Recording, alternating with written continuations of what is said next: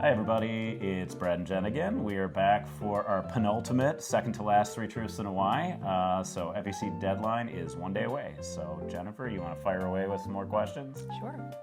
What is your favorite book?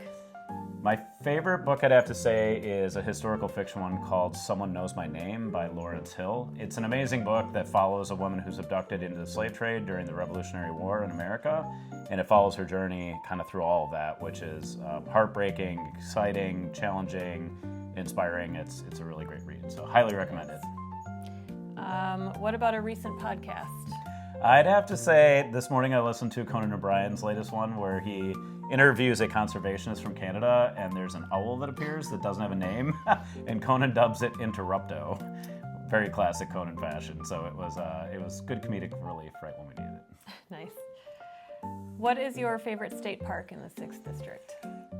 I'm going to have to say Kohler Andre because of the amazing sand dunes and where they go right into the lake. It is amazing and kind of otherworldly. And during COVID, I spent time there with our boys. When you were working, we'd go hike those and go swim in the water, and it was something else. How about you? What's your favorite? I am partial to Point Beach State Park. My family went there every summer, and we built sandcastles and splashed around, so lots of memories there. I love it. Your mom made epic sandcastles. As an adult, she ever did. the creative. Yes. Nice. Okay, what lessons from your military experience and business career would you bring to the public office, and how do you ensure that experience serves the whole community? That's a very good and big question. I think the thing that stands out for me is leadership in times of uncertainty and through a lot of change. That's something I had, to work through a lot as a very young person. I was 23 years old when we deployed for over a year during the Global War on Terror and leading soldiers as an NCO, so I had to learn a lot on my feet doing that. And then certainly in my career, I've helped startups and people through digital transformation with all new technology all the time, and there's no real playbook, so you have to kind of learn and adjust as you go. And I think that's a skill set that I'll bring to this role that I think makes me really well suited, because times are changing. That's one thing I can say.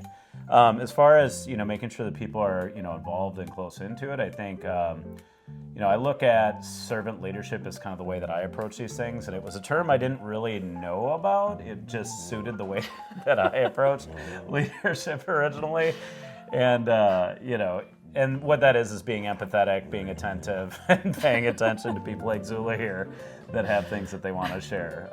And so if you're going to have people who are impacted by decisions and they're going to bear the results and outcomes of something, you have to have them involved. You have to have their voice in it and be understanding, empathetic, and attentive to that, and also to make sure you're hearing from people what they think is going to be best and impact from their perspective. So I think that's the way I prefer to lead. That's definitely my style, and that's what I think is needed most in a representative, because that's the job, is to represent. So yeah, great questions. We'll be back for our last installment tomorrow. Thank you all so much. Thanks, Jen. Yeah.